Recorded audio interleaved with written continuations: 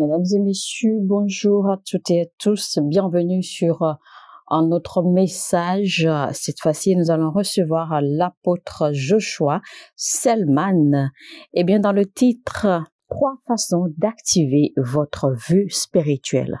3 façons d'activer votre vue spirituelle. Ce sera donc avec l'apôtre Joshua Selman. Alors, la première clé ou la première façon pour activer sa vue spirituelle, eh bien, c'est de prier en esprit. Alors, toute personne qui se dédie constamment à prier en esprit, avec le temps se verra forcément et automatiquement sa vue spirituelle se développer. Personne ne prie en esprit de façon dédiée, de façon engagée, de façon sincère et de façon disciplinée surtout, et qui ne voit pas sa vue spirituelle se développer ou qui ne voit pas ses yeux spirituels s'ouvrir. Et vous savez, quand vous commencez à prier en langue ou quand vous priez souvent en esprit, eh bien l'Esprit de Dieu va sonder le cœur de Dieu et vous ouvrir alors les secrets, vous ouvrir les désirs et les plans de Dieu pour vous. L'Esprit de Dieu va sonder le cœur de Dieu et vous ouvrir à sa volonté parfaite. Vous ouvrir à des choses que l'œil n'a point vues et à des choses que l'oreille n'a point entendues, des choses qui dépassent l'entendement humain. Il faut donc apprendre à investir son temps à prier en esprit et vous verrez alors ce qui arrivera à vos visions et à votre vie de rêve. Investissez donc du temps à prier sérieusement en esprit et vous verrez ce qui arrivera à votre esprit de créativité, à votre intelligence, à votre cœur, à vos pensées, à tout votre être et surtout votre imagination. Investissez donc du temps à prier en esprit et vous verrez les transformations prophétiques qui se produiront dans votre vie. Un ministre de Dieu, précisément un chanteur du gospel qui ne prie pas et qui ne chante et qui ne fait que chanter mais ne prie pas, eh bien vous remarquerez une différence claire dans son ministère. Vous sentirez clairement que ce dernier ou que cette dernière ne fait que chanter. Ce dernier ne fait que réciter un chant parce qu'il n'y aura pas de vie spirituelle. Il n'y aura pas d'onction, on ne sentira rien comme présence de Dieu. Il n'y aura pas d'impact parce que cette personne ne pourra pas porter d'impact à travers son chant. Donc, vous verrez que cette personne ne fait que réciter des chants parce qu'il n'y a pas de vie, il n'y a pas de spiritualité, il n'y a aucun impact. Parce qu'en réalité, il y a une forte différence. Il y a une sorte de discipline et de stabilité que votre vie de prière constante donne, d'accord, à tout ce que vous faites dans la vie. Un homme d'affaires qui prie beaucoup, vous verrez, vous ressentirez la différence, car la différence sera claire entre lui et les autres hommes de Dieu, de son milieu ou de son domaine d'activité. Une personne de carrière qui prie beaucoup, vous remarquerez nettement la différence. Et quand vous rencontrez un homme de Dieu qui est dédié à l'étude de la parole de Dieu et qui prie beaucoup, vous verrez nettement la différence entre lui et les autres hommes de Dieu. Une chose qu'il faut savoir, c'est que votre autel de prière est connecté à vos yeux. C'est-à-dire que votre vie de prière est connectée à vos yeux spirituels. Si vous voulez vous engager dans un ministère des derniers temps, ou dans un ministère, ou par exemple dans une vie de prière de 5 minutes de prière, ou 10 minutes, ou 15 minutes de prière, eh bien, je vous souhaite un bon voyage. Si vous voulez vraiment avoir vos yeux spirituels s'ouvrir, alors vous devez apprendre à prier.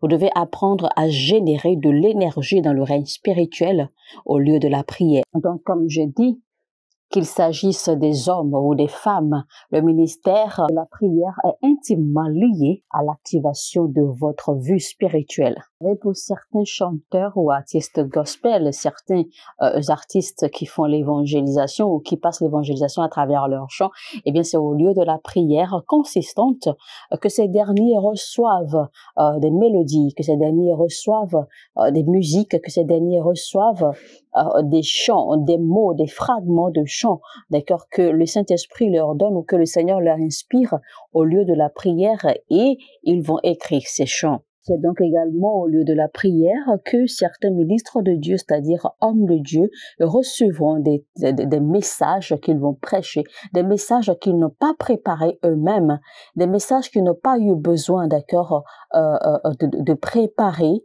ou de méditer là-dessus, mais au lieu de la prière, eh bien, Dieu leur donne des thèmes et le développement qu'il faut suivre, c'est-à-dire la connaissance et la révélation qui doit suivre le thème afin qu'il puisse enseigner. C'est également au lieu de la prière que certains reçoivent des versets bibliques spécifiques sur lesquels il faut travailler, soit pour passer un serment, soit pour passer un message, soit pour délivrer un message, une vision, une prédication, une prophétie, etc.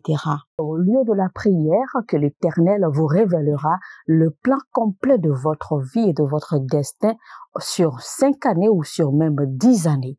Mesdames et messieurs, chers amis, chers frères et sœurs, la paresse dans le lieu de la prière ou la paresse à ne pas prier, à ne pas être dédié à une vie de prière, eh bien c'est un cancer qui tuera, qui emportera beaucoup de chrétiens, malheureusement. Vous devez tout faire pour recevoir ou pour avoir la grâce dans l'esprit afin d'être un homme ou une femme de prière de façon constante. Je suis en train de parler ici des moments spécifiques que vous dédiez à Dieu, pas pour lui présenter des requêtes, pas pour aller faire des demandes, pas pour aller réclamer le pain et l'eau, etc. Non. Pas pour aller réclamer l'or et l'argent, non. Mais des moments spécifiques que vous dédiez, que vous passez dans la présence de l'Éternel, juste à chercher sa face, juste à chercher qu'il vous téléporte dans son règne, qu'il vous ouvre le portail pour accéder à son règne céleste, à son trône. C'est ce genre de moment-là que je parle, car c'est là même l'essence de prier en esprit. Il pourrait même arriver que votre chair soit faible, mais cela n'a pas d'importance. Il faut simplement que vous insistiez, que vous priez en esprit, car il arrivera le moment où votre esprit, va briser la glace céleste et vous allez alors accéder. Vous savez, si vous n'êtes pas rempli du Saint-Esprit, avec l'évidence de prier de façon distincte en esprit ou en langue, il est important que vous soyez baptisé du Saint-Esprit et que vous receviez le don du parler en langue par le Saint-Esprit. Parce que le baptême du Saint-Esprit n'est pas seulement fait pour les pentecôtistes ou pour les charismatiques, parce que le baptême du Saint-Esprit à travers le parler en langue, c'est un message, c'est une sagesse, un secret caché, d'accord, de Dieu. C'est un mystère. Il est dit dans 1 Corinthiens 2, verset 7, « Nous prêchons la sagesse de Dieu, mystérieuse et cachée, que Dieu avant les siècles avait destinée pour notre gloire. » Il est écrit dans le livre de Actes chapitre 1, verset 8, « Vous recevrez jusqu'à ce que vous receviez la puissance. » Et donc, dans Actes chapitre 2, ils ont reçu alors les langues de feu. Ils ont reçu différentes manifestations de langue, de parler en langue. Donc, il existe une différence entre ce que vous déclarez dans l'esprit et l'activation de votre œil ou de votre vue spirituelle et le don de la vision également. Alors, la génération ou une génération qui sait comment prier avec compréhension et avec révélation sera forcément une génération avec une vision ou une vue spirituelle bien aiguisée. Et évidemment, de cette génération sortira des créativités extraordinaires à travers l'esprit. De cette génération, sortira des miracles et des merveilles extraordinaires pour la gloire de Dieu. Alors, deuxième clé pour activer votre vue spirituelle.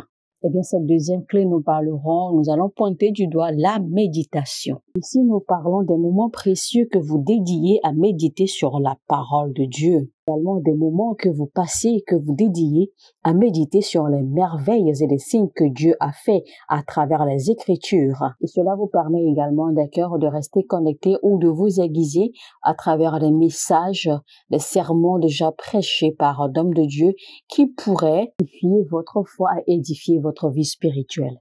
La méditation, c'est de passer du temps et de réfléchir profondément, sur la parole de Dieu. C'est d'utiliser la puissance de l'imagination pour voir et comprendre et essayer de percer le mystère derrière la parole de Dieu afin de comprendre le message que Dieu essaie de passer à travers telle ou telle écriture biblique. Donc, il faut toujours user de la puissance de l'imagination. Parfois, quand vous méditez ainsi, il est bon, de garder le silence, de garder sa tête froide et de rester silencieux pour entendre le Saint-Esprit vous donner un message. Posez des questions à Dieu et restez calme et laissez, attendez jusqu'à ce qu'il vous parle. Ne faites jamais de suppositions quand vous êtes en méditation. Ne faites jamais de suppositions que oui, peut-être voici ce que ceci veut dire, peut-être voici ce que cela veut dire, tant que Dieu ne vous donne pas un message clair de ce sur quoi vous êtes en train de méditer. C'est pour cela qu'il est très important de garder la tête froide et de garder son calme, d'être tranquille et d'attendre que Dieu vous fasse des révélations. Car la supposition pourrait vous coûter très cher.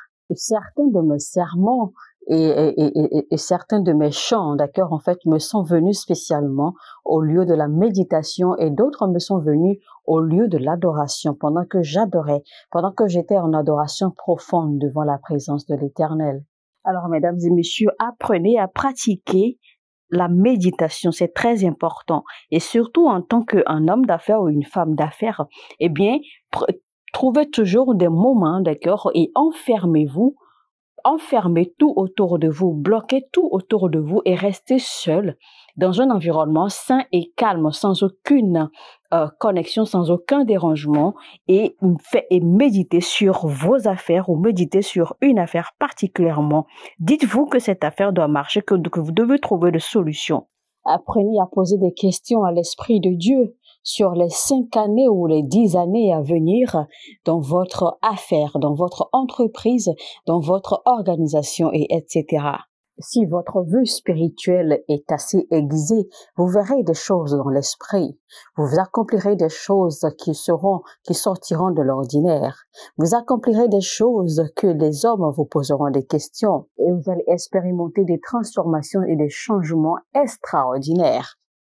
Et ces changements et transformations viendront avec une telle puissance et un tel impact. Donc, cette deuxième clé pour aiguiser ou activer votre vue spirituelle est très importante, la méditation. Parfois même, apprenez d'accord à jouer dans votre chambre ou dans votre coin secret. Et donc, apprenez à jouer certains messages d'hommes de Dieu qui puissent inspirer votre homme intérieur. Jouez dans votre calme, dans votre coin secret, des adorations ou des instrumentales d'adoration qui pourraient détendre votre atmosphère et aiguiser votre portail spirituel et rester là-dedans calme. Méditez sur les choses que vous avez lues de Dieu. Méditez sur la parole. Méditez sur les révélations ou les visions que vous avez eues. Et vous verrez le flot, vous verrez que l'atmosphère deviendra légère. Vous serez porté dans l'esprit et l'esprit de Dieu vous révélera des choses. L'esprit de Dieu vous ouvrira les yeux sur les choses. Alors, je vous enseigne ceci rapidement, vous, chers ministres de Dieu. Chaque fois que vous êtes invité à rendre ministère quelque part, que ce soit dans le ministère du chant ou dans le ministère de la prédication, eh bien, ne vous levez pas simplement et commencez à écrire des chants ou à aligner des chants que vous allez utiliser. Entrez, enfermez-vous dans le lieu secret, méditez et laissez que le Saint-Esprit vous inspire sa liste. Que le Saint-Esprit vous donne les chants les uns après les autres selon son alignement et selon l'œuvre ou selon ce qu'il désire faire à travers vous lors de votre ministère. Donc, permettez que le Saint-Esprit vous donne des chants, que le Saint-Esprit vous aligne des chants, parce que chaque chant que le Saint-Esprit vous donnera sera pour un but spécifique dans la vie de personnes ou dans la vie de gens spécifiques.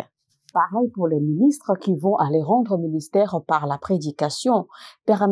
Enfermez-vous dans votre lieu secret, priez et méditez et permettez que Dieu vous donne le message à prêcher et qu'il vous donne également les versets bibliques à utiliser pour soutenir votre message, le développement et toute la révélation qu'il faut. Parce que c'est seulement en faisant cela que lors de votre prédication, la présence de Dieu sera ressenti, que sa gloire pourra être effective et que la puissance du Saint-Esprit pourra être effective et qu'il y aura un impact effectif et évident dans la vie de ceux qui vont vous recevoir.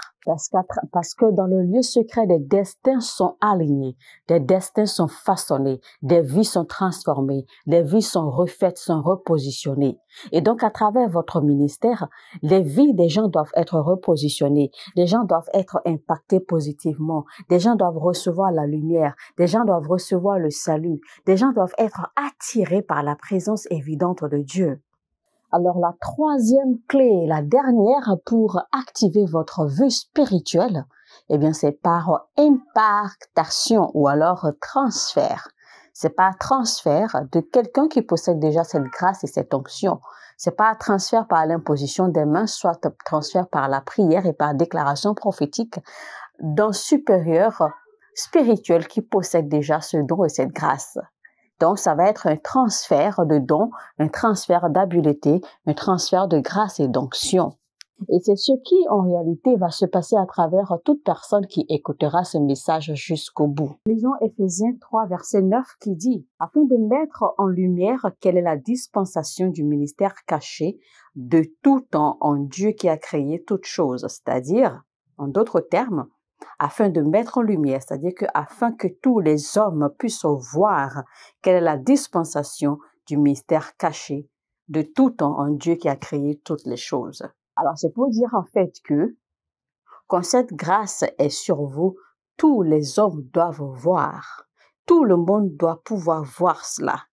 Et donc, tous les hommes ont reçu l'habileté de voir. Cette habileté de voir, cette habileté de percevoir a été donnée à tous les hommes, pas seulement à certains. Tout le monde, c'est-à-dire et particulièrement tous les enfants de Dieu, tous les chrétiens ont reçu cette habileté de voir. Tout le monde pourrait ne pas avoir des visions, tout le monde peut rêver, tout le monde peut avoir des révélations à travers les Écritures, des révélations cachées dans les Écritures. Tout le monde peut avoir accès aux habiletés, aux capacités, à la connaissance, à la créativité dans les affaires. Et tout le monde peut également activer prophétiquement leur ministère ou leur vue spirituelle. Voir à travers le règne de l'esprit, accéder d'accord aux expériences, aux réalités spirituelles, eh bien c'est un héritage qui a été laissé ou qui a été donné aux saints, c'est-à-dire à nous les enfants de Dieu, afin que tout le monde puisse voir là où se trouve leur richesse, afin que tout le monde puisse voir ce qui leur est destiné, afin que tout le monde puisse voir les stratégies et comment leurs affaires vont prospérer, afin que tout le monde puisse voir le plan de Dieu pour leur vie et destin, afin que tout le monde puisse voir là où Dieu les appelle dans le ministère, afin que tout le monde puisse voir là où se trouve leur bienfaiteur de destin, afin que tout le monde puisse savoir comment se connecter et maintenir leur bienfaiteur de destin, afin que tout le monde puisse voir et découvrir où se trouve leur Moïse, où se trouve leur Boaz, où se trouve leur Esther, où se trouve leur Josué, etc. En prêchant ce message, je suis en train de prier pour vous en même temps, car je peux vous assurer que après avoir écouté attentivement ce message et prié avec cette révélation, eh bien votre vie ne demeurera plus pareille. Vous allez voir un impact spirituel où vos yeux spirituels vont s'ouvrir. Vous allez recevoir un impact de grâce. Alors, chers amis, je dois vous dire également que quand votre vue spirituelle est développée, quand votre vue spirituelle est activée, vous verrez également la source de vos problèmes. Vous verrez clairement la source des circonstances qui vous entourent. Vous verrez la source de ce qui ne va pas dans votre vie. Donc, à travers l'activation de votre vue spirituelle, Dieu ne vous révélera pas seulement les choses du futur ou les choses concernant votre vie à venir. Mais Dieu vous révélera également les sources des problèmes qui vous entourent, les sources des difficultés que vous traversez, les sources de chaque circonstance à laquelle vous faites face, afin que vous puissiez savoir comment en découdre véritablement avec ces problèmes ou situations. Il faut donc que le don de la vision ou le don de la vue spirituelle soit activé dans votre vie. Alors maintenant, je vais prier pour vous, dans le nom puissant de Jésus-Christ, qu'il commence à reposer maintenant sur vos yeux la grâce de voir dans le règne spirituel, la grâce de recevoir les révélations et instructions de Dieu dans le nom de Jésus-Christ. Recevez le don de la vue spirituelle maintenant. Recevez maintenant la vie et la restauration dans votre vie de rêve.